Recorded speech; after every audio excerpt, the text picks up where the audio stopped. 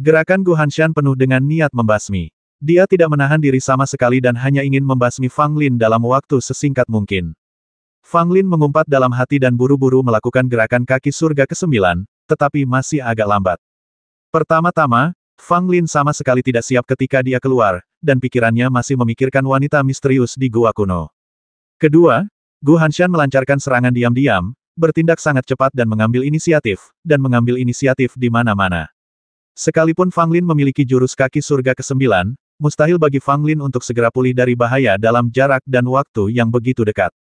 Wah, meskipun Fang Lin berusaha sekuat tenaga menghindar, bahunya tetap dipukul oleh Gu Hanshan. Terdengar suara retakan di bahunya dan wajah Fang Lin berubah muram. Dia tahu tulangnya mungkin patah. Tetapi tidak ada waktu untuk memedulikan cederanya. Fang Lin menggertakkan giginya dan tiba-tiba bergegas keluar. Memanfaatkan kesempatan ini, Fang Lin melihat sekeliling dan mengerang dalam hati. Tidak ada seorang pun di sana. Dia berpikir bahwa Gu Hanshan pasti telah menyuruh orang lain yang hadir pergi agar lebih mudah baginya untuk mengambil tindakan. Hal ini sungguh membuat keadaan menjadi sulit bagi Fang Lin. Kultivasi Gu Hanshan jauh lebih tinggi darinya. Jika mereka mulai bertarung, Fang Lin sama sekali bukan tandingan Gu Hanshan. Pada saat itu, Fang Lin tidak ingin terlibat dengan Gu Hanshan, jadi dia melarikan diri dengan cepat ke kejauhan.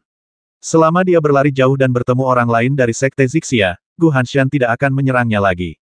Kecuali, orang yang Anda temui juga seseorang dari Gu Hanshan. Nasib Fang Lin begitu buruk sehingga dia melarikan diri dan menemui seseorang. Ketika dia mendongak, dia merasa sangat tidak enak. Ternyata itu Zhao Dengming. Zhao Dengming tiba-tiba muncul dan menghalangi jalan Fang Lin.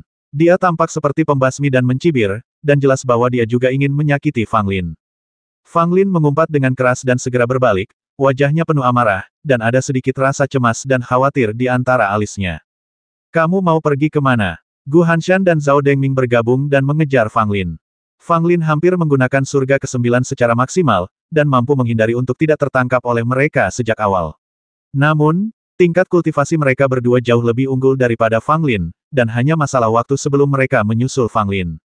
Fang Lin sangat marah. Ini adalah sekte dan, bagaimana Gu Hanshan dan Zhao Dengming bisa begitu berani menghadapinya di sini? Apakah ada yang lebih berani dari ini? Fang Lin, mati. Pada saat ini, sebuah rintangan muncul di depannya lagi, dan itu adalah Yu Zhen. Fang Lin mengumpat dengan keras dan mengubah arah lagi sambil mengumpat. Ledakan. Tetapi pada saat ini, sesosok muncul dari kegelapan dan menghantam punggung Fang Lin dengan keras. Fang Lin menyemburkan darah dan terhuyung maju beberapa langkah.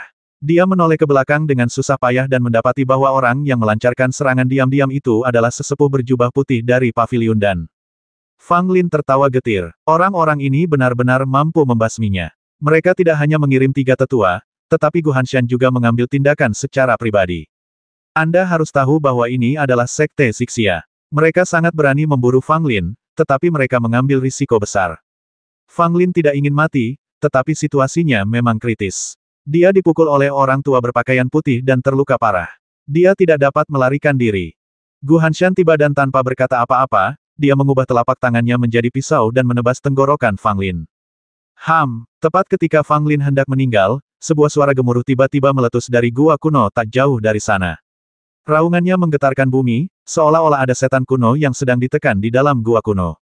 Raungannya bagaikan guntur. Gu Hanshan, Zhao Dengming, Yu Zhen dan lelaki tua berpakaian putih semuanya menjerit dan jatuh pingsan ke tanah. Fang Lin juga merasakan matanya menjadi gelap dan dia pingsan. Tidak diketahui berapa lama kemudian Fang Lin terbangun dari komanya. Begitu dia terbangun, dia mendapati dirinya terbaring di kediamannya sendiri, dan dia tidak dapat menahan perasaan lega. Akhirnya kau bangun juga, kau hampir membuatku takut setengah mati. Dugu Nian duduk di sebelah mereka, wajah kecilnya penuh ketakutan. Wajah Fang Lin sangat pucat. Dia terluka parah. Bukan hanya tulangnya yang patah, tetapi luka dalamnya bahkan lebih serius. Gu Hanshan, Fang Lin menggertakkan giginya, merasa amat benci. Ini adalah kerugian terbesar yang pernah dideritanya sejak kelahirannya kembali. Jika bukan karena wanita di gua kuno yang datang menolongnya, Fang Lin mungkin sudah kehilangan nyawanya sekarang. Dugu Nian tidak tega melihat wajah Fang Lin berubah marah, jadi dia menghela nafas. Jangan khawatir, orang menyebalkan Gu Hanshan itu telah dibawa pergi untuk diinterogasi. Fang Lin mengangguk dan berusaha sekuat tenaga menenangkan dirinya. Apa yang harus dilakukannya sekarang adalah menyembuhkan luka-lukanya dan mengesampingkan segalanya. Di aula paling megah di puncak Zixia, ada seorang pria yang duduk di puncak. Dia mengenakan jubah hijau, berambut panjang dan berwajah tampan. Namun, kehadirannya membuat Gu Hanshan di bawah sangat gugup, dan dahinya dipenuhi butiran keringat halus. Xing Tianxiao dan Gu Daofeng keduanya hadir di dua baris aula. Selain itu, ada beberapa lelaki tua dengan wajah kuno, masing-masing dari mereka memiliki aura yang dalam dan sangat menakutkan. Han Yinyu berdiri di samping Han Loyun, menatap dingin ke arah Gu Hanshan di bawah. Gu Hanshan, ceritakan lagi apa yang terjadi. Han Yinyu berbicara tanpa emosi. Gu Hanshan menenangkan dirinya. Meskipun dia berada di sini bersama banyak orang kuat dari Sekte Zixia yang hadir, dan bahkan menghadapi Master Sekte Han Loyun, dia tidak kehilangan ketenangannya. Gu Hanshan mengulangi kata-kata yang telah dipersiapkannya sejak lama, nadanya sangat tenang, tanpa sedikit pun rasa bersalah, seolah-olah faktanya memang seperti yang dia katakan. Han Yinyu sedikit mengernyit dan bertanya, apakah maksudmu terjadi sesuatu di gua kuno dan kamu meminta semua orang pergi untuk mencegah terjadinya kecelakaan? Gu Hanshan mengangguk benar sekali. Saat itu, banyak murid sekte dan ku melihat Fang Lin tersedot ke dalam gua kuno. Hidup atau matinya tidak diketahui. Untuk mencegah kecelakaan terjadi lagi, semua orang harus meninggalkan tempat itu. Han Yinyu menyipitkan matanya sedikit lalu mengapa Zhao Dengming dan tiga lainnya muncul di sana. Gu Hanshan menambahkan Fang Lin masih berada di gua kuno, jadi aku tidak bisa meninggalkannya begitu saja. Namun, aku sendirian dan lemah, jadi aku meminta bantuan tetua Zhao dan yang lainnya. Han Yinyu bertanya tanpa jeda, luka-luka di tubuh Fang Lin jelas-jelas buatan manusia. Bagaimana kamu menjelaskannya? Gu Hanshan menatap Han Yinyu dan menjawab, Fang Lin sudah terluka saat keluar dari gua kuno. Itu bukan karena kita. Pendek kata, Anda jangan pernah mengakuinya. Kita tidak boleh membiarkan Han Yinyu menangkap kita dengan cara apapun. Gu Daofeng berdiri saat ini dan berkata dengan tenang, putraku, sebagai murid sejati Danzong, tidak akan pernah melakukan hal yang begitu berani. Yang lebih penting saat ini adalah mencari tahu apa yang terjadi di gua kuno itu. Setelah hal seperti itu terjadi, siapa di Danzong yang berani memasuki gua kuno untuk memahami prasasti batu di masa depan? Han Yinyu tidak mempercayainya begitu saja dan terus menatap Gu Hanshan. Apakah kamu tahu bagaimana Zhao Dengming dan yang lainnya menjawab? Han Yinyu bertanya dengan dingin. Menghadapi pertanyaan Han Yinyu, Gu Hanshan tetap tenang dan menjawab dengan tenang, saya pikir Penatua Zhao dan yang lainnya akan menjawab dengan jujur. Dan tidak akan menyembunyikan apapun dari nona muda. Mendengar ini, Han Yinyu sedikit mengernyit dan mengutuk ayah dan anak Gu dalam hatinya karena telah bersikap licik dan berbahaya.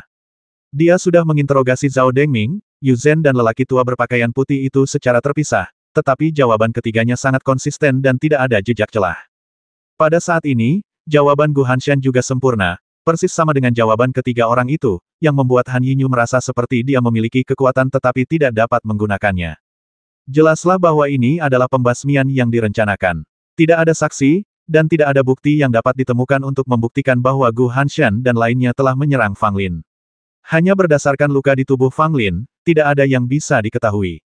Tanpa bukti, tidak peduli seberapa mencurigakannya Gu Hanshan, Han Yinyu tidak dapat melakukan apapun padanya. Gu Hanshan yakin akan hal ini, itulah sebabnya dia menolak mengakuinya. Zhao Dengming dan dua orang lainnya juga menyadari hal ini dan sudah berbicara dengan satu suara. Tetapi semuanya ternyata agak di luar dugaan Gu Hanshan dan yang lainnya, yaitu, mereka tidak membasmi Fang Lin, yang merupakan kesalahan terbesar. Dalam rencana semula, Fang Lin akan segera dibasmi begitu dia keluar dari gua kuno.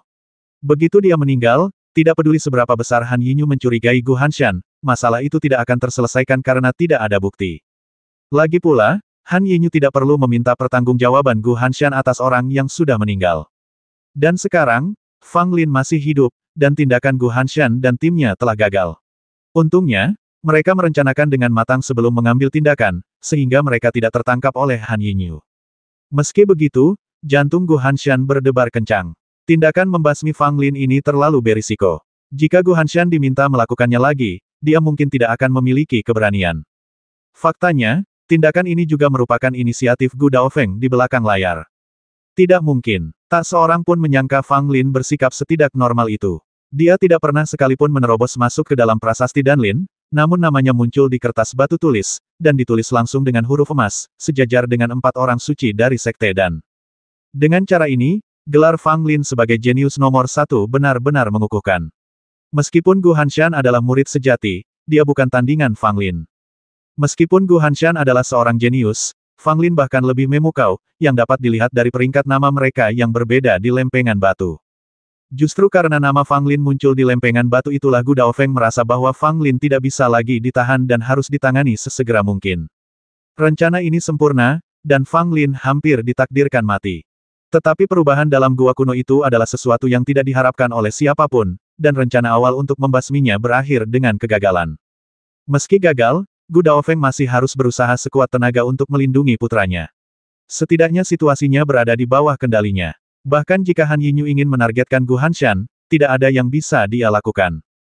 Han Yinyu benar-benar tidak punya pilihan selain mengambil napas dalam-dalam dan diam-diam kembali ke sisi Han Loyun.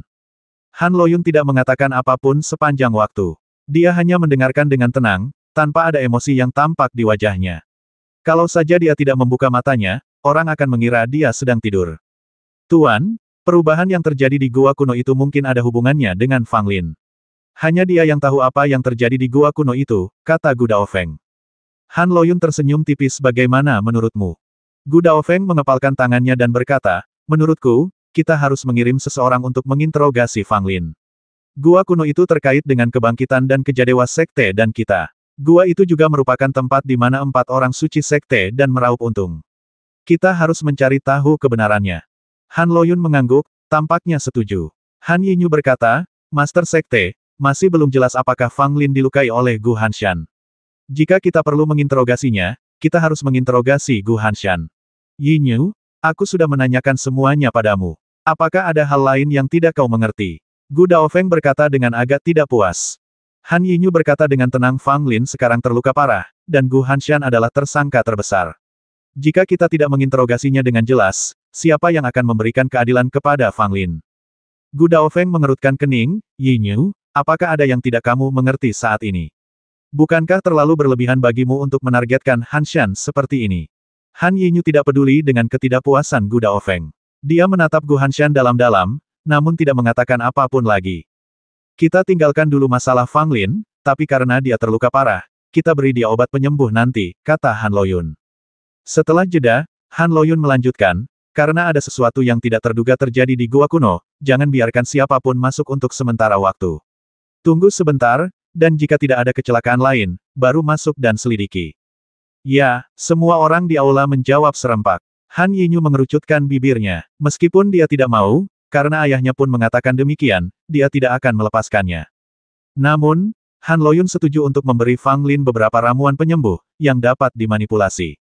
Han Yinyu berencana untuk memberikan Fang Lin beberapa harta langka lagi agar ia dapat pulih sesegera mungkin, yang dapat dianggap sebagai semacam kompensasi kepadanya. Han Yinyu membawa beberapa harta langka ke kediaman Fang Lin. Setelah Fang Lin mengetahui bahwa Gu Hanshan dan yang lainnya aman dan sehat serta tidak dihukum, dia tidak mengatakan apa-apa dan tampak tidak terlalu peduli. Tetapi Han Yinyu masih bisa merasakan ada sedikit rasa dingin di mata Fang Lin. Saya tidak akan membiarkan masalah ini berlanjut seperti ini. Fang Lin berkata dengan ringan. Han Yinyu menasihati, aku tahu kau dilukai oleh Gu Hanshan, tetapi aku tidak dapat menemukan bukti yang memberatkannya, jadi aku tidak dapat melakukan apapun padanya. Kau harus merawat lukamu dengan baik sekarang. Bahkan jika kau sudah pulih, cobalah untuk tidak berkonflik dengan ayah dan anak keluarga Gu. Han Yinyu tidak mengucapkan beberapa kata terlalu kasar. Bagaimanapun, Fang Lin masih lemah dan sendirian. Bahkan dengan dukungannya terbatas. Ayah dan anak dari keluarga Gu berakar kuat di Danzong. Terlalu sulit bagi Fang Lin untuk melawan mereka. Dugu Nian tidak senang orang menyebalkan Gu Hanshan itu menyakiti Fang Lin dengan sangat parah, dan tidak terjadi apa-apa. Apakah ini keadilan? Tidak, aku tidak tahan lagi. Aku akan segera memberitahu paman keenamku dan memintanya untuk datang dan memukuli Gu Hanshan sampai mati. Han Yinyu sakit kepala. Kalau Dugu Nian sampai marah, kan jadinya repot sekali. Bagaimanapun, Dugu Nian adalah putri dari keluarga Dugu. Jika dia memberitahu keluarga Dugu, dia takut keluarga Dugu mungkin benar-benar datang untuk membalas dendam pada Fang Lin.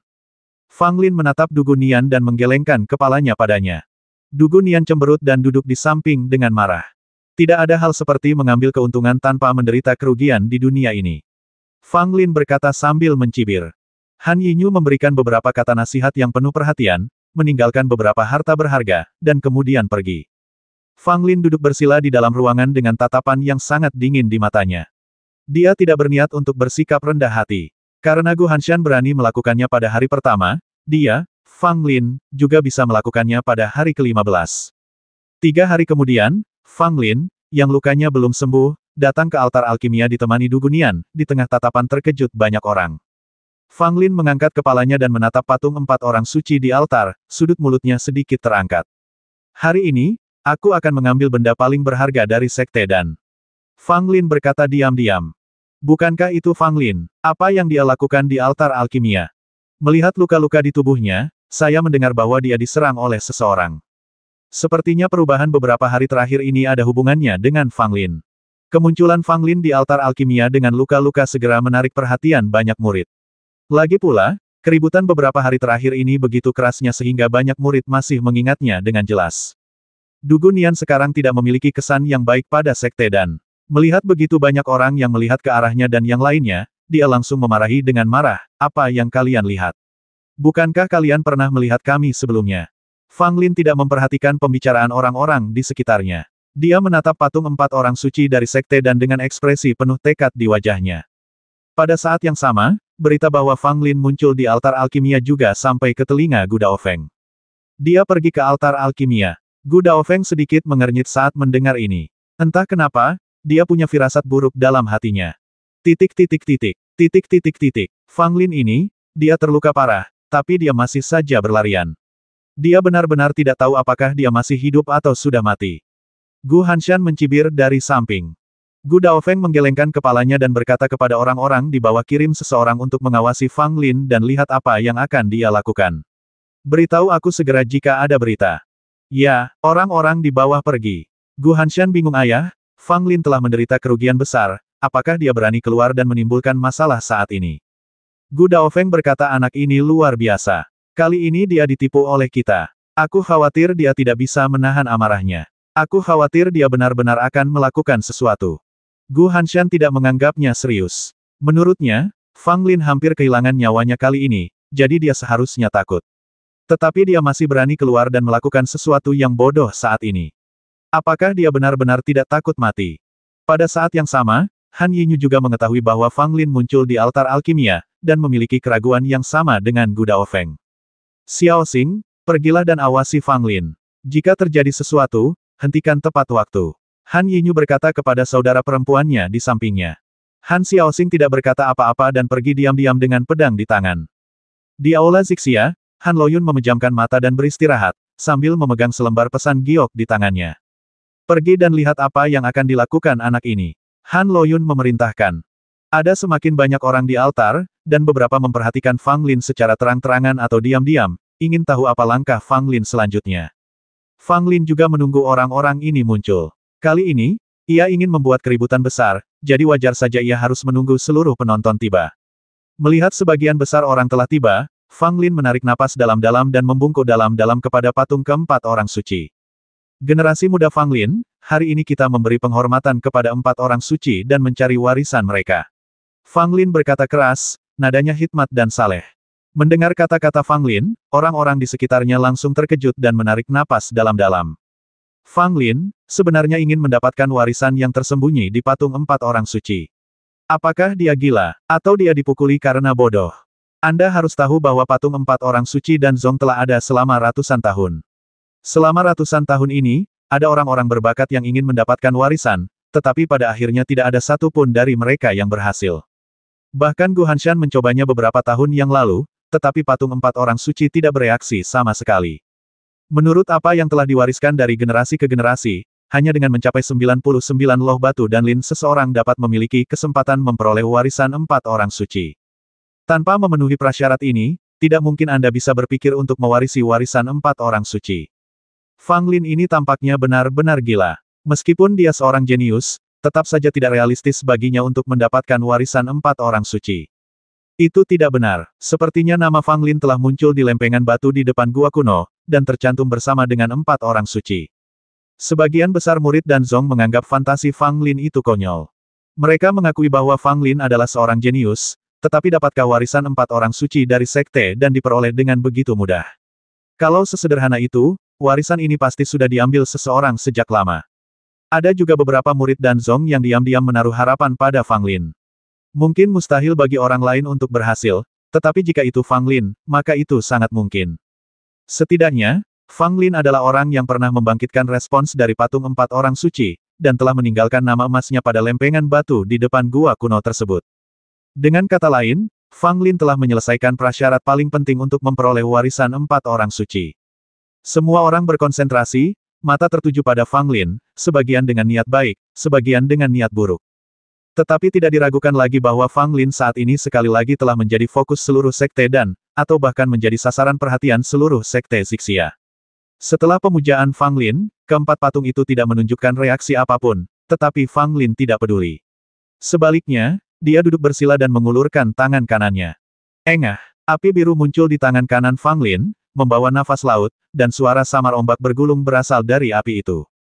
Api pil jiwa kehidupan. Itu sebenarnya api pil jiwa kehidupan. Kapan Fang Lin memiliki pil api kehidupan jiwa? Apa yang akan dia lakukan? Kemunculan pil api jiwa kehidupan membuat orang-orang di sekitar berseru lagi. Sebagai seorang alkemis, setiap orang berharap dapat memiliki api pil jiwa kehidupan, namun di seluruh sekte alkimia, hanya ada sedikit orang yang memiliki api pil jiwa kehidupan. Api ini adalah bukti bahwa aku, Fang Lin, sang junior, berhasil menembus prasasti Danlin dan memperoleh kekayaan dari gua kuno. Aku harap 4 orang suci akan menjadi saksinya. Fang Lin berteriak lagi. Saat dia berbicara, api biru itu membubung dan berubah menjadi 4 naga api, mengitari patung 4 orang suci. Adegan ini membuat semua orang yang hadir menoleh ke samping, diam-diam mendesah bahwa Fang Lin sangat beruntung karena dia benar-benar memperoleh pil api kehidupan jiwa di gua kuno itu, yang membuat orang lain iri. Dengung-dengungan-dengungan. Pada saat ini, patung keempat orang suci itu tiba-tiba mengeluarkan cahaya yang melesat ke langit, persis seperti perubahan abnormal yang terjadi beberapa hari yang lalu. Perubahan ini membuat semua orang berubah warna, dan beberapa orang bahkan menggosok mata mereka, bertanya-tanya apakah mereka terpesona. Tidak mungkin. Bagaimana 4 orang suci bisa menanggapinya? Ya dewa, apakah aku sedang bermimpi? Mungkinkah Fang Lin benar-benar memenuhi syarat untuk menerima warisan 4 orang suci? Para pengikut sekte dan membuka mata lebar-lebar dan menatap kosong keempat berkas cahaya terang di langit. Mereka yang mengawasi Fang Lin secara terang-terangan maupun diam-diam semuanya merasa ngeri dan mengeluarkan slip giok untuk memberitahu orang-orang di belakang mereka. Padahal sebenarnya tidak perlu diinformasikan sama sekali. Ketika cahaya 4 orang suci muncul kembali, semua orang di sekte Xixia melihatnya pada saat pertama. Han Loyun berdiri di luar aula utama, melihat keempat sinar cahaya yang muncul dari arah altar, dan berkata, "Pergi dan lihatlah. Jangan biarkan beberapa orang mengganggunya." Di belakang Han Loyun, 4 sosok menghilang seketika dan langsung menuju altar alkimia. Di sekte Dan, wajah Gu Daofeng dan Gu Hanshan langsung berubah ketika mereka melihat 4 pilar cahaya suci muncul kembali dan mendengar laporan dari bawahan mereka. Otang pembawa sial dia. Dia lebih buruk dari Nangui dan Guk Guk, dan dia layak mewarisi warisan 4 orang suci. Gu Hanshan sangat marah dan terus mengumpat. Mata Gu Daofeng sama dinginnya, dan dia mengangguk ke arah sosok di kegelapan. 4 berkas cahaya melesat ke langit, dan di kejauhan, 4 sosok yang tinggi dan agung terlihat muncul di antara berkas-berkas itu. 4 orang suci. Itu 4 orang suci. 4 orang suci telah muncul. Cepatlah dan sembah 4 orang suci. Semua orang menatap keempat sosok itu dan berseru kaget. Banyak orang berlutut dan bersujud di hadapan keempat sosok suci tersebut. Para tetua sekte dan muncul di sini satu demi satu. Ketika mereka melihat Fang Lin di tengah altar dan, ekspresi mereka tiba-tiba berubah. Zhao Dengming dan yang lainnya saling berpandangan, wajah mereka semua tampak sangat jelek, dan mereka menatap Fang Lin dengan niat membasmi yang dahsyat. Memanggil, Tiba-tiba terdengar suara angin bertiup, dan sesuatu tiba-tiba terbang keluar dari salah satu berkas cahaya. Itu adalah pil emas, seukuran kepalan tangan bayi. Ia terbang keluar dari sorotan cahaya dan langsung menuju Fang Lin. Fang Lin tertawa keras. Ramuan emas ini adalah salah satu warisan dari 4 orang suci. Ramuan emas itu jatuh dengan suara gemuruh, dan tiba-tiba seluruh langit tampak diselimuti oleh cahaya kemasan. Aroma harum ramuan ajaib itu membuat semua orang yang hadir tak kuasa menahan diri. Pada saat ini, banyak sekali orang yang ingin merebut ramuan emas itu, tetapi tidak ada seorang pun yang berhasil melakukannya. Inilah warisan 4 orang suci. Siapa saja yang mencoba merebutnya, kemungkinan besar dia akan langsung dibasmi oleh keagungan 4 orang suci. Dan ramuan emas ini hanya dimiliki oleh satu orang, yaitu Fang Lin. Di hadapan semua orang, ramuan emas itu terbang langsung ke Fang Lin dan melayang dengan tenang. Fang Lin mengulurkan tangannya, dan ramuan emas jatuh ke tangannya dengan sangat lembut. Dia merasakan kehangatan begitu menyentuhnya, dan arus hangat segera menyebar ke seluruh tubuh Fang Lin. Fang Lin merasa luka-lukanya tampaknya sedikit membaik, dan dia merasakan kenyamanan yang tak terlukiskan di sekujur tubuhnya. Pada saat itu, Fang Lin menelan pil emas itu dalam satu tegukan tanpa ragu-ragu. Melihat kejadian itu, warga sekitar merasa iri dan dengki. Pil emas yang sangat berharga ini akhirnya dimakan oleh Fang Lin. Kamu menelannya dengan gegabah, apa kamu tidak takut diracun sampai mati? Zhao Dengming berkata dengan dingin, tetapi dia masih cemburu dalam hatinya. Saat ramuan emas memasuki tubuhnya, Fang Lin merasakan aura yang sangat kuat menyebar dari tubuhnya, dan dia merasa seperti hendak terbang. Fang Lin segera duduk bersila dan diam-diam memurnikan kekuatan ramuan emas. Setelah beberapa saat, semua luka di tubuh Fang Lin pulih. Tidak hanya itu, tubuhnya juga mengalami perubahan kualitatif. Wus wus wus. 4 sosok turun dari langit. Mereka adalah 4 pria tua dengan wajah sederhana dan napas panjang. Mereka mendarat di sisi Fang Lin, melindunginya secara halus. Melihat kemunculan keempat lelaki tua itu, Meng Wuyu dan yang lainnya yang merasa khawatir terhadap Fang Lin langsung menghela napas lega. Di sisi lain, Zhao Dengming dan yang lainnya tampak seolah-olah orang tua mereka telah meninggal, yang mana sangatlah buruk. Keempat orang ini bukan berasal dari Sekte Dan maupun Sekte Wu, melainkan bawahan dari Master Sekte Han Loyun, dan mereka juga merupakan Master yang paling berkuasa di Sekte tersebut. Tidak diragukan lagi bahwa mereka berempat muncul di sini, dikirim oleh pemimpin Sekte Han Loyun. Hanya Han Loyun yang bisa memimpin para tetua yang sangat berpengalaman ini. Alasan keempat orang tua ini datang ke sini jelas untuk melindungi Fang Lin. Fang Lin membuka matanya dan menatap keempat lelaki tua itu. Salah satu dari mereka mengangguk sedikit kepada Fang Lin, dan hati Fang Lin langsung menjadi tenang. Dengan perlindungan keempat tetua, dia dapat memperoleh warisan keempat orang suci tanpa rasa khawatir, dan tidak takut dengan apa yang akan dilakukan ayah dan anak keluarga Gu. Sosok di kegelapan melihat keempat lelaki tua itu muncul dan melindungi Fang Lin, lalu pergi diam-diam. Di dalam aula utama Danzong, Gu Daofeng menghancurkan kertas komunikasi giok itu dengan marah. Ayah, jika ini terus berlanjut, warisan 4 orang suci akan benar-benar diambil oleh binatang buas itu. Gu Hanshan berkata dengan cemas. Wajah Gu Daofeng muram. Pemimpin sekte mengirim orang untuk melindungi Fang Lin, dan dia tidak bisa disentuh saat ini. Mendengar ini, Gu Hanshan menggertakkan giginya dan sangat cemburu pada Fang Lin. Itulah warisan 4 orang suci, sesuatu yang diimpikan Gu Hanshan untuk didapatkan. Tetapi sekarang hendak direnggut oleh Fang Lin. Bagaimana Gu Hanshan bisa menoleransi hal ini? Gu Daofeng menghela napas, bagaimanapun juga, ketua sekte adalah ketua sekte. Meskipun tidak ada bukti bahwa kita berkomplot melawan Fang Lin, dia tetap tahu bahwa itu adalah kita. Dia mengirim para ahli untuk melindungi Fang Lin sebagai peringatan bagi kita. Saya khawatir risikonya akan lebih besar jika kita ingin berurusan dengan Fang Lin di masa mendatang. Gu Hanshan sedikit tenang setelah mendengar ini, mengetahui bahwa tidak ada kesempatan untuk menghentikan Fang Lin saat ini. Namun dia masih marah dan tidak mau menerimanya. Mengapa semua hal baik jatuh di kepala Fang Lin sejak dia muncul? Jika bukan karena Fang Lin, gelar jenius nomor 1 sekte dan akan tetap menjadi milik Gu Hanshan. Setelah beberapa tahun, saat dia menerobos prasasti Danlin, dia akan memiliki kesempatan untuk mendapatkan warisan 4 orang suci. Jika bukan karena Fang Lin, Gu Hanshan akan dengan lancar menerima posisi ayahnya Gu Daofeng dan menjadi kepala sekte Dan. Bahkan ada kemungkinan dia akan menunggu hingga Han Loyun turun tahta, maka posisi Master Sekte bukanlah hal yang mustahil. Tentu saja, premisnya adalah Fang Lin tidak ada di sana. Tetapi sekarang, Fang Lin telah merampas gelarnya sebagai jenius nomor 1 Danzong, dan bahkan akan merampas warisan 4 orang suci. Jika Fang Lin tidak tersingkir, akan sulit bagi Gu Daofeng untuk membuat namanya kembali terkenal.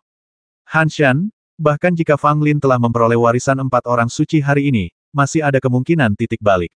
Hari ketika gua tak berujung akan terbuka sudah dekat. Kamu dan Fang Lin akan pergi ke gua tak berujung. Bagaimana kamu akan memanfaatkan kesempatan itu pada saat itu tergantung padamu. Gu Daofeng berkata dengan suara yang dalam. Mendengar ini, Gu Hanshan berhasil sedikit bersorak dan mengangguk. Hah, auranya meningkat begitu cepat. Di altar, keempat lelaki tua yang melindungi Fang Lin semuanya terkejut, lalu menatap Fang Lin dengan mata serius.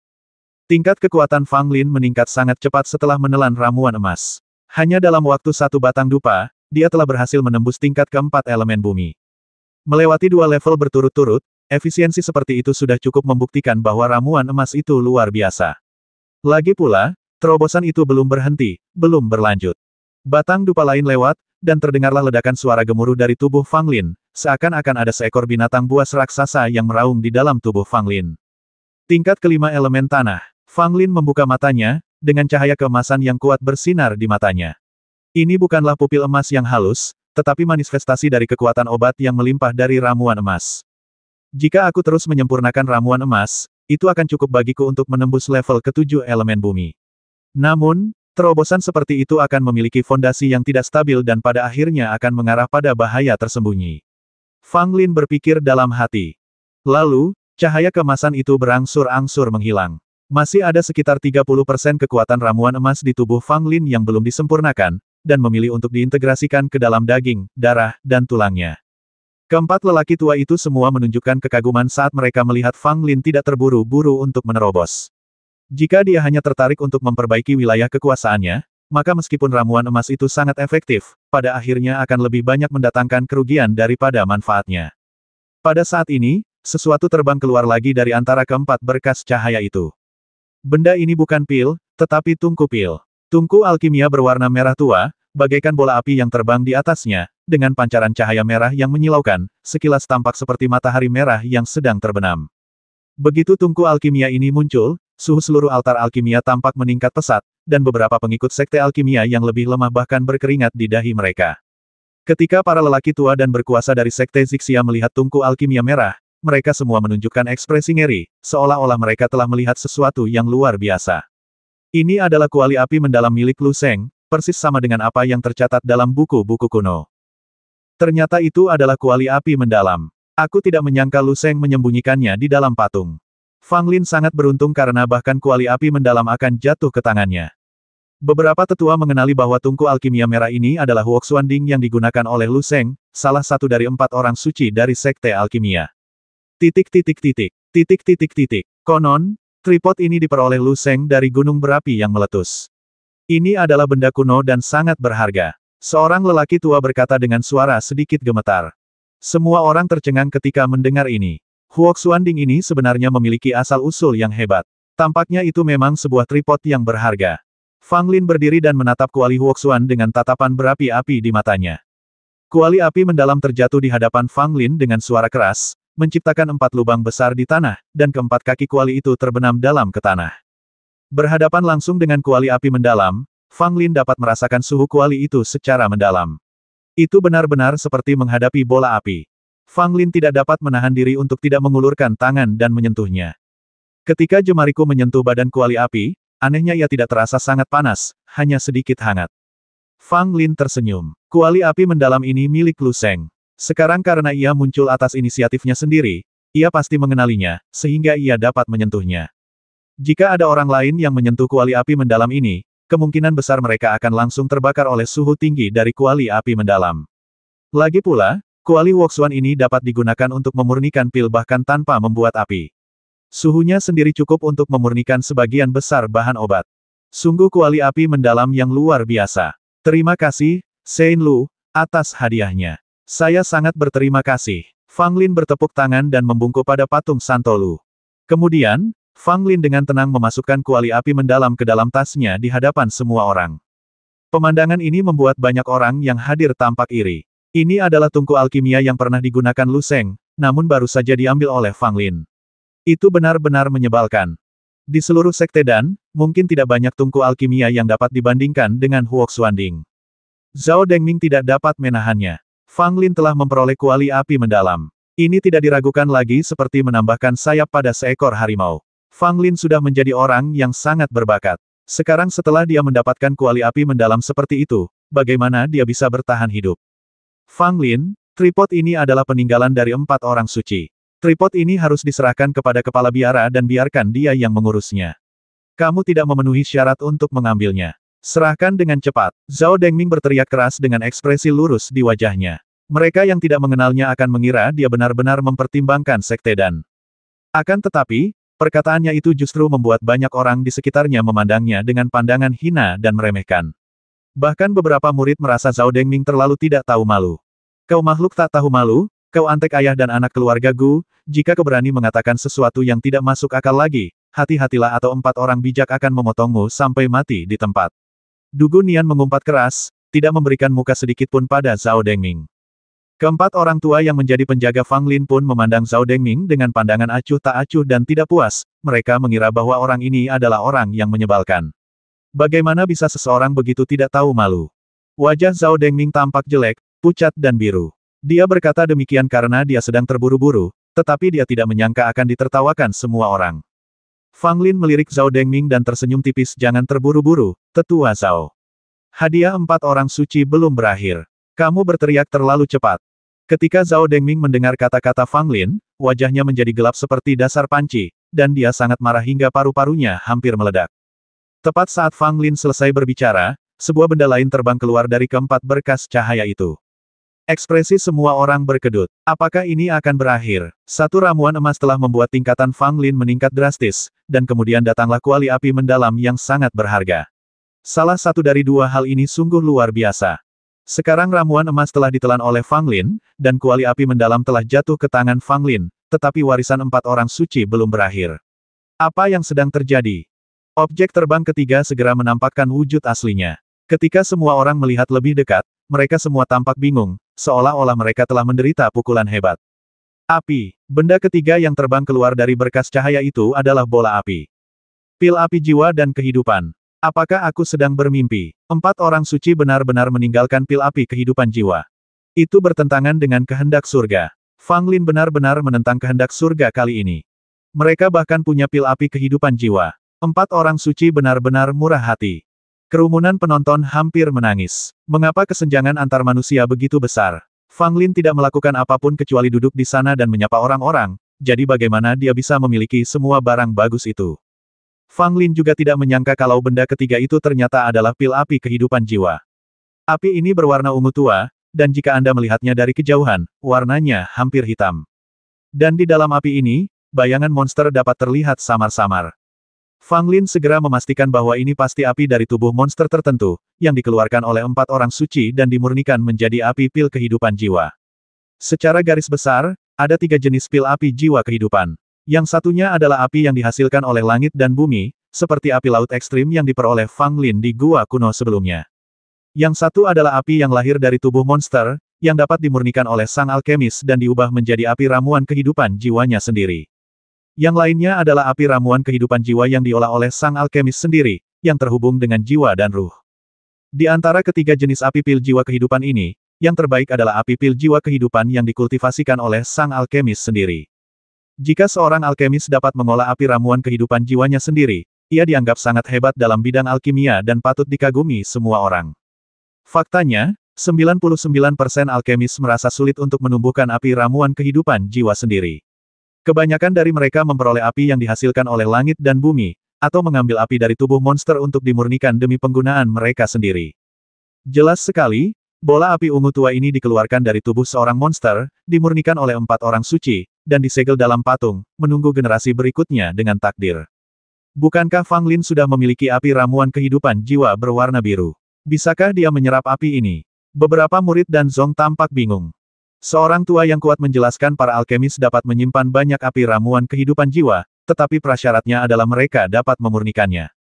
Jika mereka tidak dapat memurnikannya, tubuh mereka akan dilahap oleh api, runtuh dan hancur, dan mereka akan mati. Ah! Bukankah Fang Lin dalam bahaya? Beberapa orang berseru dan merasa khawatir terhadap Fang Lin. Zhao Dengming dan yang lainnya berharap sesuatu yang buruk akan terjadi pada Fang Lin, dan pada saat ini mereka berdoa dalam hati agar Fang Lin gagal dalam pemurniannya. Apa? Dia tidak hanya mendapatkan kuali api mendalam, tetapi dia juga ingin memurnikan pil api jiwa jenis kedua. Di aula, Gu Hanshan terkejut dan menatap ayahnya. Lalu rasa cemburu dan enggan yang kuat muncul dalam dadanya. Gu Daofeng juga merasa sedikit tidak percaya. Apakah warisan 4 orang suci benar-benar sekaya itu? Tidak hanya ramuan emas yang membuat tingkatan Fang Lin melambung, tetapi sekarang ia memiliki kuali api mendalam dan pil jiwa api.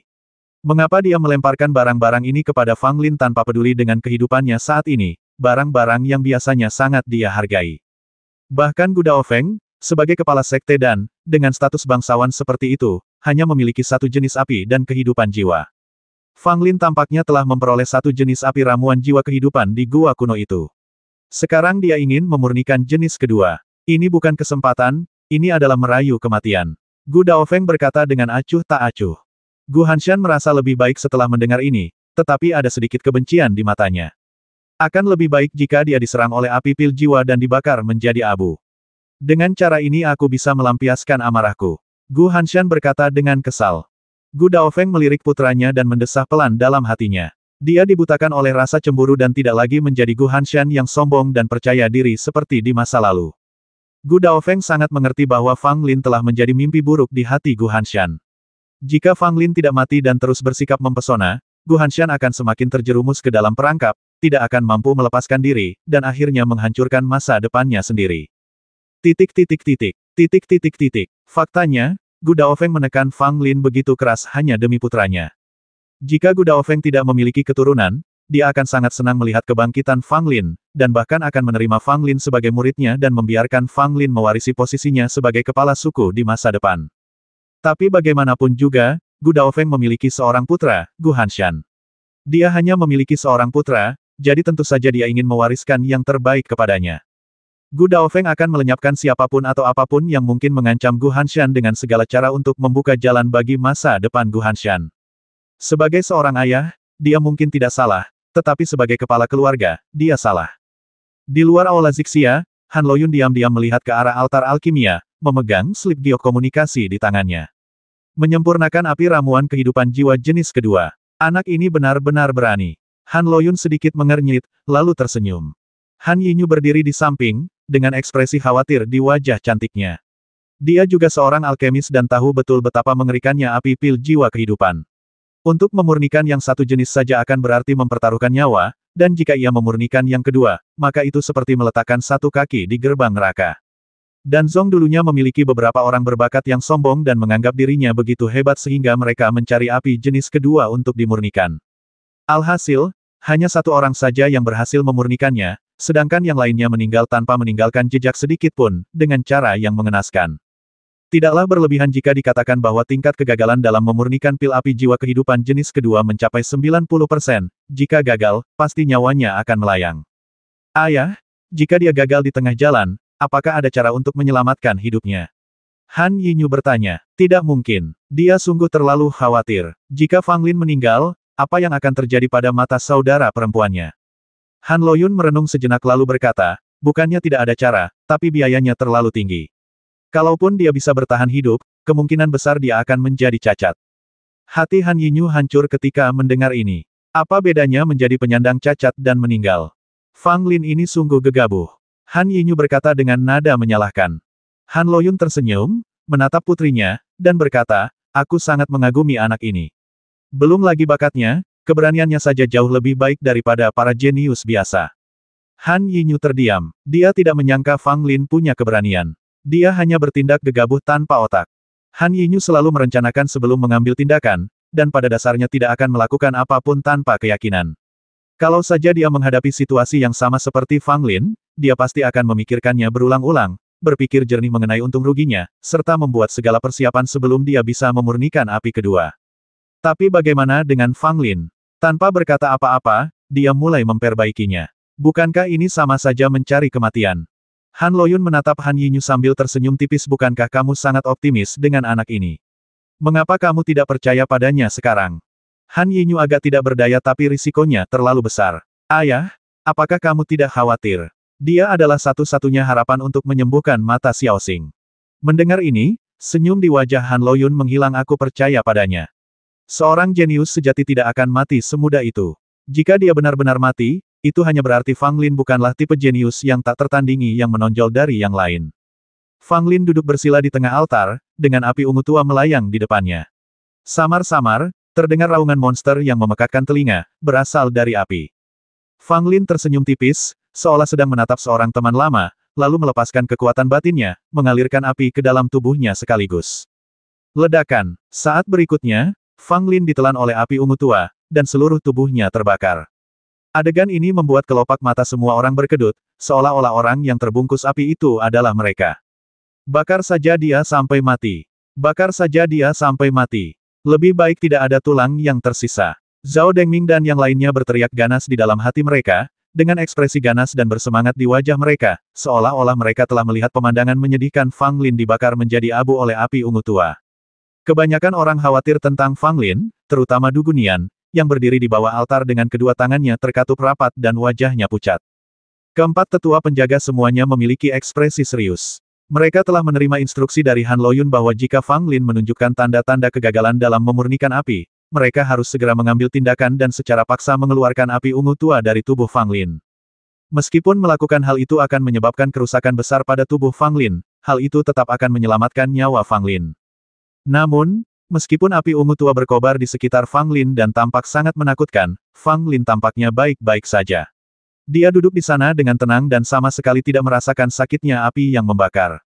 Jika diperhatikan lebih teliti, tubuh Fang Lin tidak ada tanda-tanda terbakar api, bahkan tidak ada sehelai rambutnya pun yang hilang. Melihat pemandangan ini, semua orang tercengang, mengira orang jenius itu berbeda-beda. Tetapi saat berikutnya, sesuatu yang lebih tidak terduga terjadi. Tiba-tiba, api biru keluar dari tubuh Fang Lin dan terjerat dengan api ungu tua.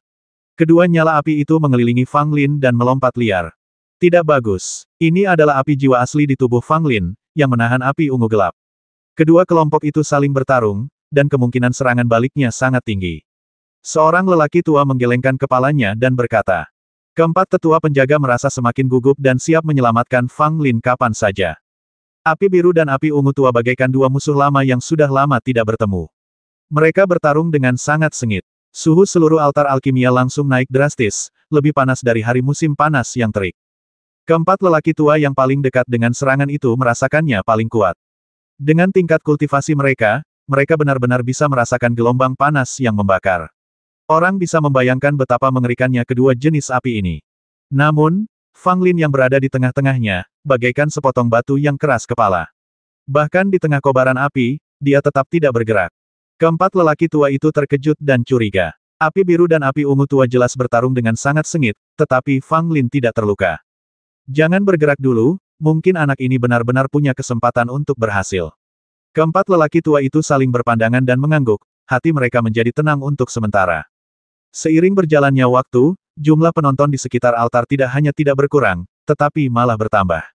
Bahkan banyak orang dari Sekte Wu datang dan mengelilingi altar. Beberapa orang yang bertubuh pendek tidak dapat melihat apa yang terjadi di dalam sama sekali, dan harus memanjat pohon di sekitar altar. Untuk sesaat, banyak pengikut Wu Zong sedang berbaring di pohon-pohon tinggi di sekitar altar. Bahkan beberapa tetua Wu Zong berdiri di pohon dengan sikap yang tidak anggun, seperti monyet.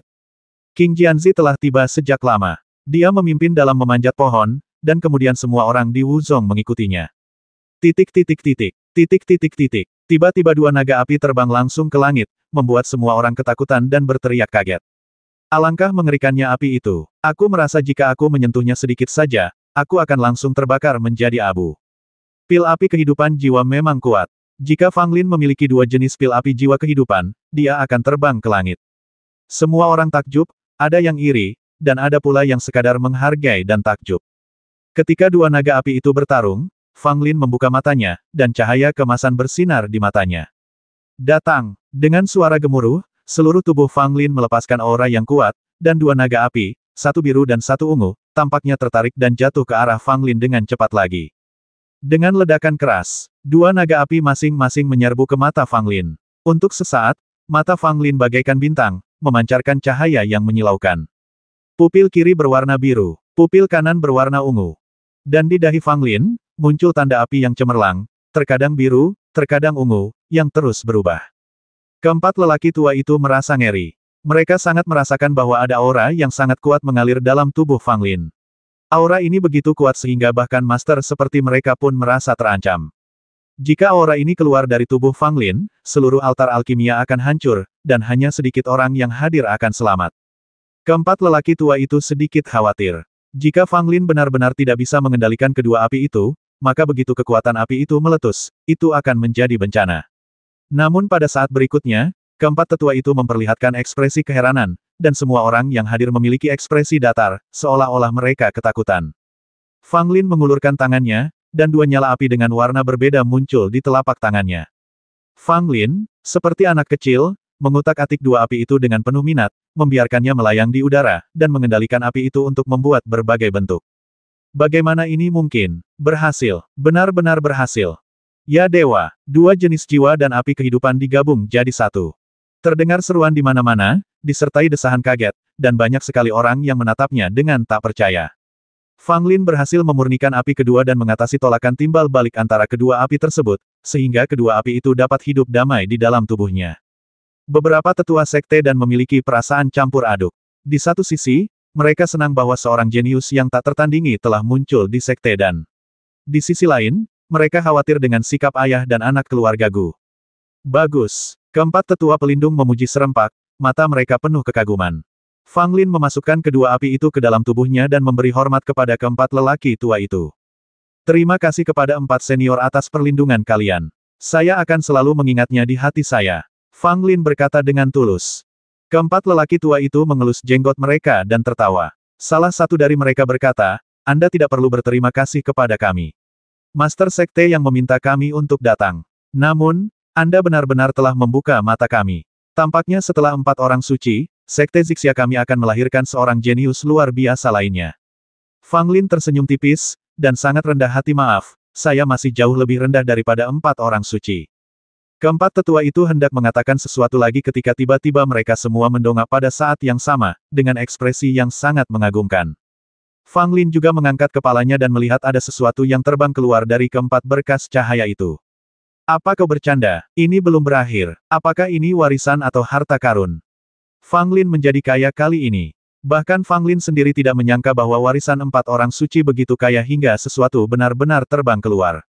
Ada sedikit rasa malu di wajah Fang Lin. Dia merasa sedikit malu, tetapi karena dia ada di sini, dia mungkin juga menerimanya. Yang mengejutkan semua orang, objek keempat yang terbang di atas itu sebenarnya adalah kotak giok. Kotak giok itu datang perlahan dan mendarat langsung ke tangan Fang Lin yang terulur. Fang Lin sedikit mengernyit dan hendak membuka kotak giok itu, tetapi setelah berusaha keras beberapa kali, kotak giok itu tidak bisa dibuka sama sekali.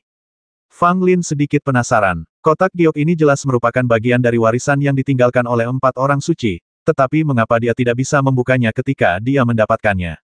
Tiba-tiba, Fang Lin merasa segala sesuatu di sekitarnya menjadi sunyi. Fang Lin segera menjadi waspada dan melihat sekelilingnya, hanya untuk mendapati dirinya dalam kegelapan total, tidak ada seorang pun yang terlihat. Apa yang sedang terjadi? Tatapan mata Fang Lin tampak serius. Dia jelas masih berada di altar alkimia, jadi mengapa segala sesuatu di sekitarnya tiba-tiba berubah? Dalam cahaya redup, 4 sosok samar muncul di depan Fang Lin, tetapi keempat sosok ini semuanya diselimuti kegelapan dan tidak dapat dilihat dengan jelas. Hanya garis samar yang bisa dilihat. Sahabatku, kamu telah menerima warisan. Ingat niat awalmu. Jalan alkimia penuh dengan kemungkinan yang tak terbatas. Ingat ini. Sebuah suara samar terdengar dan bergema di telinga Fang Lin. Saat berikutnya, kegelapan menghilang, dan Fang Lin muncul kembali di altar. Orang-orang di sekitarnya masih mengagumi keberuntungan besar Fang Lin. Fang Lin berkedip dan menatap patung 4 orang suci. Sinar cahaya yang muncul pada patung 4 orang suci perlahan menghilang. Jelaslah bahwa kotak giok adalah benda terakhir yang terbang keluar, dan warisan telah berakhir di sini. Dugu Nian adalah orang pertama yang berlari mendekat, dengan ekspresi gembira di wajahnya. Dia terus bergumam pada dirinya sendiri seolah-olah dialah yang baru saja memperoleh warisan itu. Fang Lin, kepala suku ingin bertemu denganmu. Pergilah ke aula utama sekarang juga tanpa menunda. Tiba-tiba, seorang tetua sekte dan berdiri dan berkata kepada Fang Lin. Mendengar ini, Fang Lin melirik ke arah yang lebih tua. Kau mendengarnya, kepala suku memintamu untuk segera menemuinya. Orang tua itu berkata dengan suara dingin ketika dia melihat Fang Lin tidak memberikan jawaban. Suasana tiba-tiba menjadi sedikit hikmat. Gu Daofeng ingin bertemu Fang Lin saat ini. Jelaslah dia punya motif tersembunyi. Jika Fang Lin pergi, dia mungkin akan menderita kerugian besar. Skenario yang paling mungkin adalah Gu Daofeng telah mengarahkan pandangannya pada apa yang diperoleh Fang Lin dan ingin mengambilnya sendiri. Fang Lin sedikit mengernyit. Dia benar-benar tidak ingin bertemu Gu Daofeng saat ini. Siapa yang tahu apa yang akan dilakukan Gu Daofeng padanya jika dia begitu gila? Fang Lin, ikutlah dengan kami untuk menemui pemimpin sekte. Jangan ganggu orang lain. Pada saat ini, salah satu dari keempat lelaki tua itu berkata. Wajah sesepuh Dan Zong tiba-tiba berubah sangat jelek. Dia ingin mengatakan sesuatu, tetapi menghadapi keempat lelaki tua itu, dia tidak berani membuka mulut. Bagaimanapun juga, mereka adalah penguasa terkuat sekte Zixia. Meskipun mereka bukan tetua, status mereka lebih tinggi dari para tetua, dan di belakang mereka adalah Master Sekte Han Loyun. Fang Lin menunjukkan ekspresi gembira dan mengepalkan tinjunya ke arah keempat tetua junior akan mematuhi perintah kalian. Setelah berkata demikian, Dia mengikuti keempat tetua keluar dari altar dan menuju puncak Zixia. Orang tua dari sekte dan itu menghela napas, dan dia segera mengeluarkan slip geokomunikasi untuk menyampaikan pesan itu kepada Gu Daofeng. Di dalam aula utama Danzong, ketika Gu Daofeng mengetahui bahwa Fang Lin akan menemui Han Loyun, ada tatapan muram di matanya. Pemimpin sekte telah campur tangan. Kita telah kehilangan kesempatan dalam masalah Fang Lin. Gu Daofeng terdiam lama sebelum berbicara. Gu Hanshan menggertakkan giginya, merasa sangat tidak rela, tetapi Han Loyun telah campur tangan, jadi mereka benar-benar tidak bisa berbuat apa-apa. Jika mereka melakukan sesuatu yang berlebihan, mereka pasti akan membuat Han Loyun marah. Ayah, aku tidak akan merasa tenang sampai Fang Lin meninggal. Gu Hanshan berkata dengan ekspresi yang sangat jelek. Gu Daofeng menghela napas, saya sama seperti ayahmu. Saya hanya menyalahkanmu karena tidak memberitahu Fang Lin tepat waktu, yang menyebabkan dia berhasil sekarang. Gu Hanshan mengepalkan tinjunya. Sekarang Fang Lin telah mendapatkan warisan 4 orang suci, dia sudah merasakan ancaman besar. Jika saja Fang Lin yang dulu sebelum mendapat warisan 4 orang bijak, Gu Hanshan pasti masih merasa lebih unggul. Lagi pula, dia lebih kuat dari Fang Lin dalam hal kultivasi dan bidang alkimia. Namun kini, tingkat bela diri Fang Lin sudah meningkat, dan kesenjangannya tidak terlalu besar. Adapun bidang alkimia, ia telah memperoleh warisan dari 4 orang suci dan memiliki 2 jenis api alkimia kehidupan jiwa. Sekalipun Fang Lin tidak sebaik Gu Hanshan sekarang, siapa tahu seberapa cepat Fang Lin akan tumbuh di masa depan. Selama Fang Lin belum mati, Gu Hanshan akan merasakan krisis, seolah ada duri yang menancap di punggungnya. Ayah, mungkin kita bisa menggunakan cara lain untuk menyingkirkan Fang Lin. Gu Hanshan tiba-tiba berkata. Gu Daofeng meliriknya dan berkata dengan tenang, kamu tidak perlu terlalu khawatir. Selama keluarga Han tidak keluar untuk membantu Fang Lin, aku akan menemukan cara untuk membasminya. Hal terpenting bagimu sekarang adalah pergi ke aliansi alkimia dan menjadi alkemis tingkat 3. Gu Hanshan mengangguk, tetapi ada sedikit kesan kejam di matanya. Ini adalah pertama kalinya Fang Lin datang ke istana Zixia dan pertama kalinya ia bertemu dengan Master Sekte Zixia, Han Loyun. Fang Lin sudah lama mendengar tentang Han Loyun. Dia adalah penguasa Sekte Zixia, salah satu guru terbaik di kerajaan Qian, dan ayah dari Han Yinyu dan Han Xiaoxing. Mampu melahirkan sepasang saudara perempuan yang luar biasa, Han Loyun pastilah orang yang luar biasa. Fang Lin selalu penasaran dengan pemimpin Sekte Zixia, dan sekarang dia akhirnya melihat wajah aslinya. Han Loyun berdiri di sana, dengan postur tegak, jubahnya seputih salju, tanpa noda. Wajahnya yang tampan tampak seperti usianya yang baru 30-an, dan sepasang matanya yang cerah menampakkan pesona yang tak terlukiskan. Fang Lin bergumam pada dirinya sendiri, dia tidak menyangka bahwa Master Sekte Han ini juga seorang pria tampan. Tapi tidak mengherankan, saudara perempuan Han Yinyu dan Han Xiaoxing sangat cantik, dan sebagai ayah mereka, penampilan Han Loyun juga tidak buruk. Murid Fang Lin, salam kepada Master Sekte. Fang Lin berdiri di aula utama dan memberi hormat ke arah Han Loyun sambil mengepalkan tangannya. Tak peduli apa yang digumamkannya dalam hati, sikapnya tetap sangat hormat. Han Loyun menatap Fang Lin dengan penuh minat. Meskipun dia pernah melihat Fang Lin sebelumnya, ini adalah pertama kalinya mereka bertemu secara formal. Han Yinyu berdiri di samping dengan senyum lembut di wajahnya dan kekaguman yang tak terselubung di matanya. Di dalam aula itu juga terdapat beberapa anggota tingkat tinggi dari Sekte Zixia, semuanya adalah lelaki tua dengan wajah sederhana.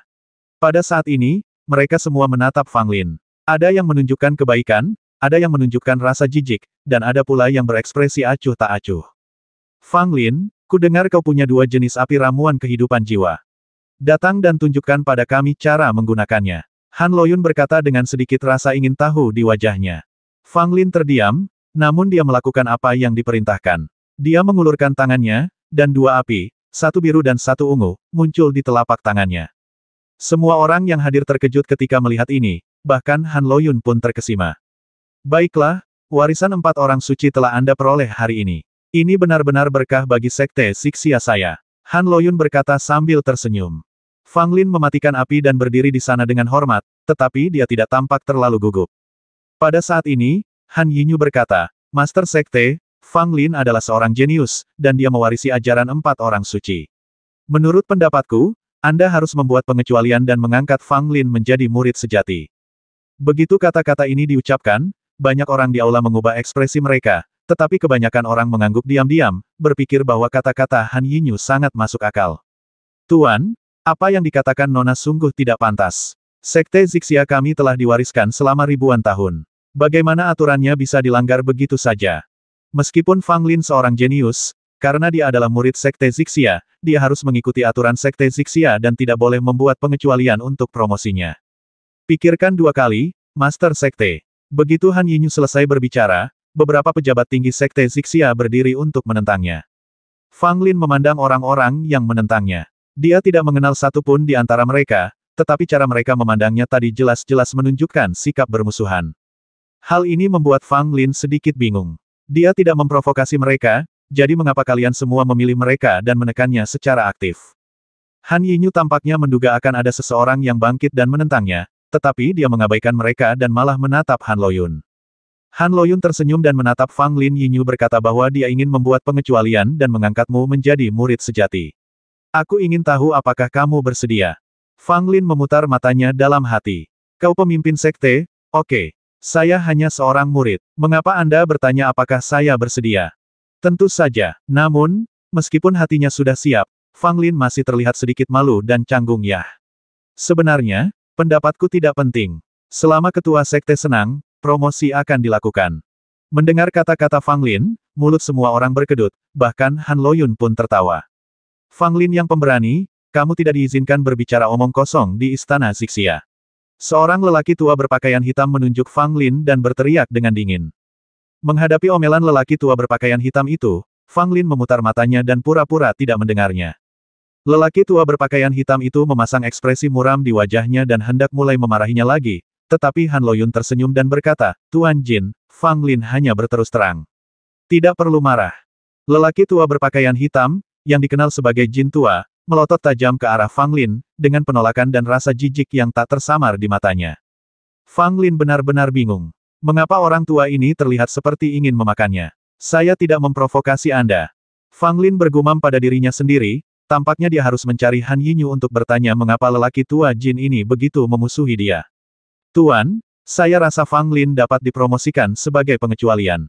Jika 4 orang suci masih hidup, mereka semua akan setuju. Seorang wanita tua berdiri dan berkata dengan nada tenang. Akan tetapi, apa yang dikatakannya membuat mereka yang memiliki pendapat berbeda di aula itu tiba-tiba mengubah ekspresi mereka dan menjadi tidak bisa berkata-kata. Wanita tua itu melirik Fang Lin dengan pandangan penuh kebaikan, dan Fang Lin tentu saja menangkupkan tinjunya dan membungkuk padanya. Memunculkan 4 orang suci merupakan senjata paling efektif yang dapat langsung membungkam mereka yang menentangnya. Meskipun 4 orang suci tidak lagi berada di sekte dan bahkan mungkin tidak lagi berada di dunia ini, pengaruh mereka masih ada. Bahkan Master Sekte Han Loyun harus bersujud dan menyembah patung 4 orang suci saat berada di altar dan Master Meng, ini salah. 4 orang suci adalah 4 orang suci, dan Fang Lin adalah Fang Lin. Bagaimana mereka bisa tertukar? Sekte Zixia saya selalu memiliki disiplin yang ketat. Meskipun ada preseden untuk promosi yang luar biasa, dampaknya sangat besar dan tidak dapat diputuskan begitu saja. Orang tua lainnya menyatakan keberatannya. Orang tua Meng tampak acuh tak acuh warisan Fang Lin atas 4 orang suci adalah keputusan 4 orang suci. Dia juga merupakan orang suci kelima masa depan dari Sekte Zixia kita. Wajar jika dia dipromosikan tanpa izin. Mereka yang menentangnya semua menggertakkan gigi. Orang tua Meng ini terus berbicara tentang 4 orang suci, yang membuat sanggahan mereka tampak lemah dan tak berdaya. Itu sungguh penuh kebencian. Namun, apa yang dikatakan Penatua Meng memang sangat berbobot dan berdasar. Lagi pula, 4 orang suci semuanya dipromosikan secara luar biasa di masa lalu. Sekarang Fang Lin memiliki warisan 4 orang suci. Jika dia lebih terlatih, kemungkinan besar dia akan menjadi orang suci kelima. Itu akan menjadi berkah besar bagi Sekte Zixia. Beberapa pejabat tinggi Sekte Zixia yang tadinya bersikap netral, mengubah sikap mereka dan merasa bahwa ia harus dipromosikan sebagai pengecualian. Suara mereka yang menentangnya juga semakin mengecil, tetapi masih ada beberapa orang yang menentangnya dengan tegas, termasuk Old Jin. Fang Lin berdiri di aula, tampak tenang dan kalem. Dia sama sekali tidak peduli betapa sengitnya pertengkaran itu, seolah-olah itu sama sekali tidak ada kaitannya dengan dirinya. Sebenarnya Fang Lin tidak begitu peduli dengan promosi yang luar biasa. Tentu saja, akan baik untuk mendapatkan promosi yang luar biasa, tetapi meskipun tidak, Fang Lin tidak akan menganggapnya serius. Baiklah, jangan banyak bicara. Tepat ketika kebisingan di aula mulai meningkat, Han Loyun angkat bicara untuk menghentikannya. Meskipun suaranya tidak keras, suaranya terdengar agung dan semua orang di aula itu tiba-tiba menjadi tenang. Han Loyun menatap Fang Lin dan berkata, Fang Lin, aku akan mengangkatmu menjadi murid sejati hari ini. Ini bukan murid sejati Danzong, tetapi murid sejati Zixia. Mendengar hal itu, banyak orang tua yang hadir berseru kaget. Bahkan Penatua Meng, yang telah berusaha memberi Fang Lin promosi yang luar biasa, sedikit terkejut. Setelah Han Loyun selesai berbicara, dia melemparkan token giok ungu dengan santai, dan token itu terbang dengan cahaya lembut dan mendarat di depan Fang Lin. Simpanlah giok ini adalah simbol statusmu sebagai murid sejati Zixia. Dengan lencana ini di tangan, kamu akan menikmati status yang sama dengan para tetua dari dua garis keturunan. Kamu tidak perlu membungkuk ketika melihat kepala dari dua garis keturunan.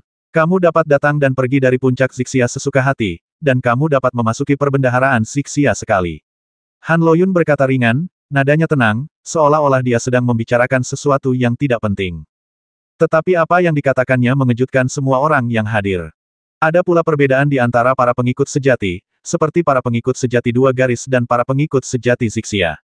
Murid sejati dari dua garis keturunan, yaitu murid sejati dari Sekte Wu atau Sekte Dan, hanya dapat memuja para tetua atau kepala biara dari dua garis keturunan tersebut sebagai guru mereka. Status ajaran sejati Zixia bahkan lebih tinggi dari dua ajaran sejati lainnya. Seseorang dapat memuja anggota tingkat tinggi Sekte Zixia sebagai guru, atau bahkan menjadi murid Master Sekte dan menjadi murid pribadi Master Sekte. Ru Qingjianzi adalah murid sejati Zixia dan menjadi murid saudara junior pemimpin Sekte Han Loyun. Dan justru karena identitas Qingjianzi sebagai murid sejati Zixia, ia memiliki status transenden di Wuzong. Bahkan para tetua pun harus bersikap sopan kepada Qingjianzi. Ada pula yang mengatakan bahwa jabatan Master Sekte Zixia hanya akan dipilih dari antara para pengikut sejati Zixia.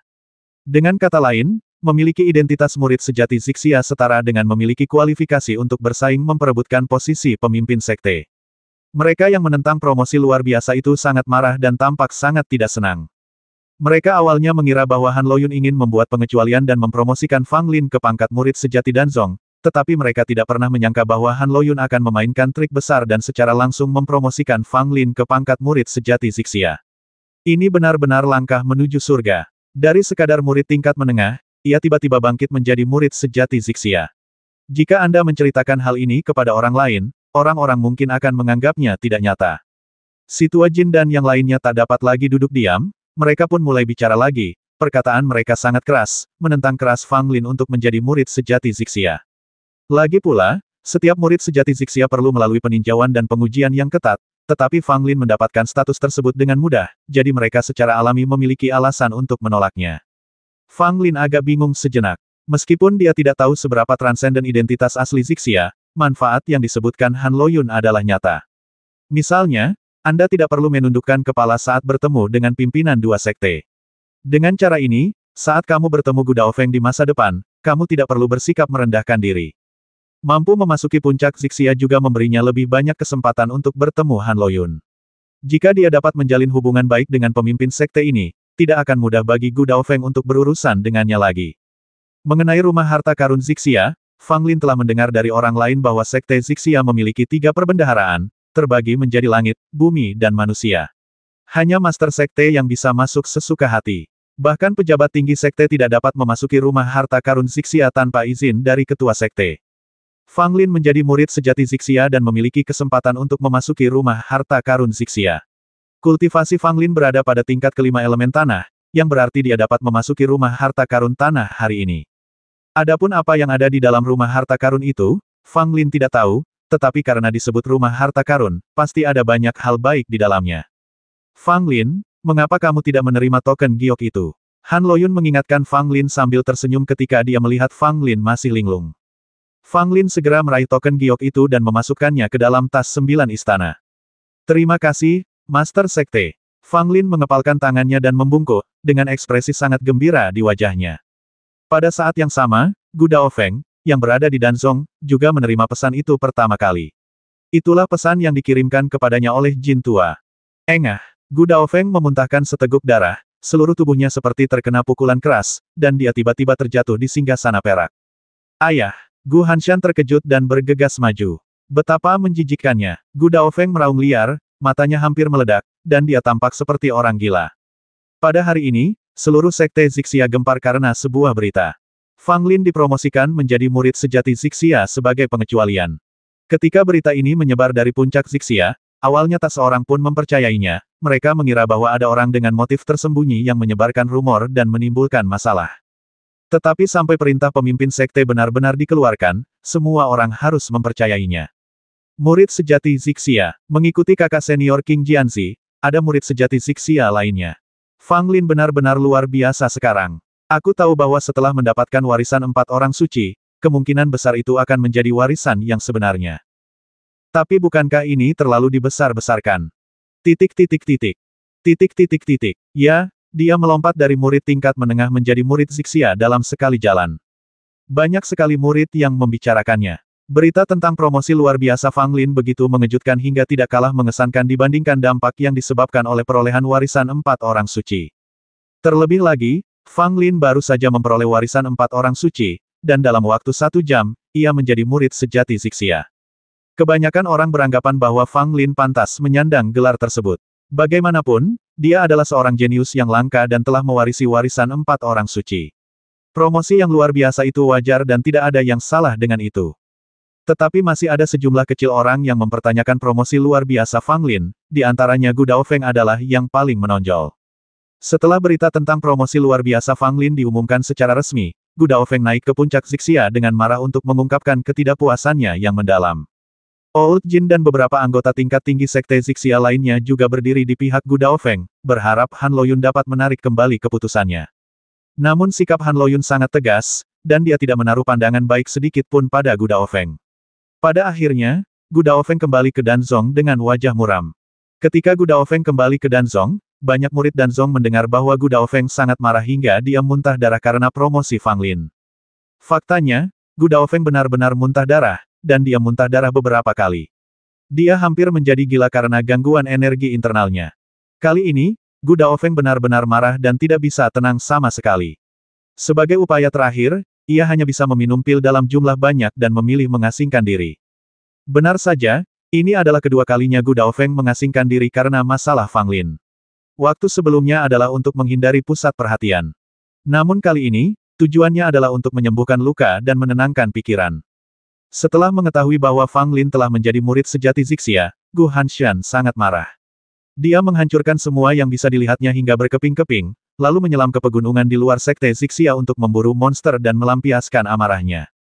Adapun para tetua seperti Zhao Dengming yang selalu menentang Fang Lin, setelah mengetahui berita tentang kebangkitan Fang Lin yang pesat, mereka tinggal di kediaman mereka sendiri dan jarang muncul pada hari kerja. Tidak mungkin. Fang Lin sekarang terlalu kuat. Statusnya sendiri tidak kurang dari status para tetua. Dan jika Anda menghitung dengan cermat, status Fang Lin bahkan lebih tinggi dari para tetua itu. Lagi pula, ajaran sejati Zixia berarti Fang Lin mendapat dukungan dari setidaknya satu pejabat tinggi sekte Zixia, dan mereka bukanlah orang yang bisa disinggung. Fang Lin begitu populer sehingga untuk sementara waktu seluruh sekte dan merasa sedikit terengah-engah.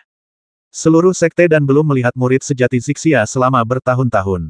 Bahkan Gu Hanshan hanyalah murid sejati sekte dan murid ayahnya, Gu Daofeng. Baik dari segi identitas maupun status, Fang Lin sekarang lebih unggul dari Gu Hanshan. Saat keduanya bertemu lagi, Gu Hanshan akan memberi penghormatan kepada Fang Lin. Namun, 2 hari setelah berita itu dipublikasikan, masih belum jelas siapa yang akan dipilih Fang Lin sebagai gurunya. Banyak orang ingin mengetahui berita itu, tetapi pada kenyataannya Fang Lin sama sekali tidak menentukan pilihan. Di aula hari itu, Han Loyun juga bertanya kepada Fang Lin siapa yang ingin dia jadikan gurunya. Bisa jadi siapa saja di aula itu, termasuk dia, Han Loyun. Fang Lin tentu saja ingin menjadikan Han Loyun sebagai gurunya, tetapi saat melihat senyum penuh arti pada Han Loyun, dia selalu merasa bahwa orang ini tengah berencana untuk memanfaatkannya. Jadi Fang Lin memberitahu Han Loyun bahwa dia ingin memikirkannya selama beberapa hari dan akan memberikan balasan setelah 3 hari. Dalam sekejap mata, 3 hari berlalu dan Fang Lin datang ke aula Zixia lagi. Banyak pemimpin tingkat tinggi sekte Zixia berkumpul bersama, dan bahkan beberapa monster tua yang biasanya mengasingkan diri juga muncul. Ada 3 monster tua berdiri di depan. Bahkan Xing Tianxiao, kepala sekte Wu, harus berdiri di belakang mereka. Begitu Fang Lin masuk, semua orang menatapnya, terutama 3 monster tua berambut abu-abu. Mereka menatap Fang Lin dengan mata tua mereka yang keruh, memperhatikannya dengan cermat dari ujung kepala sampai ujung kaki, seakan-akan ingin melihat apa yang dikenakan Fang Lin. Fang Lin merasa sedikit takut dan tampak tidak nyaman. Salam, Master Sekte. Setelah Fang Lin memberi hormat, dia berdiri di sana, memperhatikan hidungmu dengan matanya dan hatimu dengan hidungnya, tidak peduli bagaimana kamu memandangnya. Han Loyun berkata, 3 hari telah berlalu. Bagaimana menurutmu? Siapa yang telah kau pilih untuk menjadi gurumu? Sebelum Fang Lin sempat mengatakan apapun, ketiga monster tua itu berbicara terlebih dahulu. Salah satunya adalah seorang lelaki tua kurus yang tampak seperti tiang bambu yang akan roboh jika tertiup angin. Dia berkata, Fang Lin, aku adalah kepala sekte dan di sekte Zixia, dalam hal seni alkimia, aku tidak ada duanya. Aku melihat bahwa kamu memiliki bakat yang luar biasa, jadi aku ingin menerima kamu sebagai muridku. Apakah kamu bersedia? Tepat saat lelaki tua bertongkat bambu itu selesai berbicara, monster tua kedua berdiri dan berkata, Fang Lin, meskipun pencapaianku dalam alkimia tidak tinggi, aku memperoleh 3 ramuan obat kuno 10 tahun yang lalu, yang semuanya berusia 800 tahun. Jika kau bersedia menjadikan aku sebagai gurumu, aku akan memberimu 3 ramuan obat kuno ini. Ketika Fang Lin mendengar tentang pengobatan kuno berusia 800 tahun itu, matanya berbinar dan dia tampaknya tertarik. Lelaki tua bertongkat bambu yang berbicara pertama kali itu melotot ke arah lelaki itu dan berkata dengan nada tidak puas, Patu Wahu, 3 ramuan kunomu hampir membusuk. Apakah kau mempermalukan dirimu sendiri dengan menunjukkannya? Lagi pula, dengan kemampuanmu yang kecil, apa yang bisa kau gunakan untuk mengajar murid-muridmu? Sebaiknya kau tidak berdebat denganku. Hu tua bertubuh gemuk dan meskipun ia tampak tua, ia memiliki kulit kemerahan dan tampak baik hati. Dia berkata dengan sedih, itu adalah obat-obatan kuno yang asli. Aku bahkan tidak ingin menggunakannya sendiri.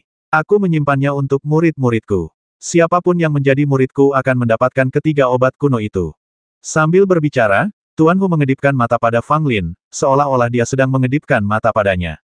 Fang Lin terkekeh namun tidak mengatakan apa-apa. Sebenarnya dia cukup tergoda dengan ketiga ramuan obat kuno itu. Ada pula monster tua yang rambutnya hampir rontok, hanya beberapa helai rambut putih yang masih berdiri kokoh di kepalanya. Pada saat ini, dia akhirnya tidak dapat menahan diri untuk berkata Fang Lin, aku tidak punya obat kuno, tetapi aku punya sebotol saripati darah dari monster kuno. Jika kamu bersedia menjadi muridku, sebotol saripati darah ini akan kuberikan padamu. Banyak pejabat tinggi sekte Zixia yang hadir di tempat kejadian semuanya menjadi gugup. Ketiga monster tua ini lebih agresif daripada yang lain, dan mereka bahkan mengeluarkan esensi dan darah monster kuno untuk merayu Fang Lin. Fang Lin menatap ketiga monster tua itu dan merasa bahwa ada baiknya jika dia mengangkat salah satu di antara mereka sebagai tuannya. Bagaimana dia harus memilih? 210.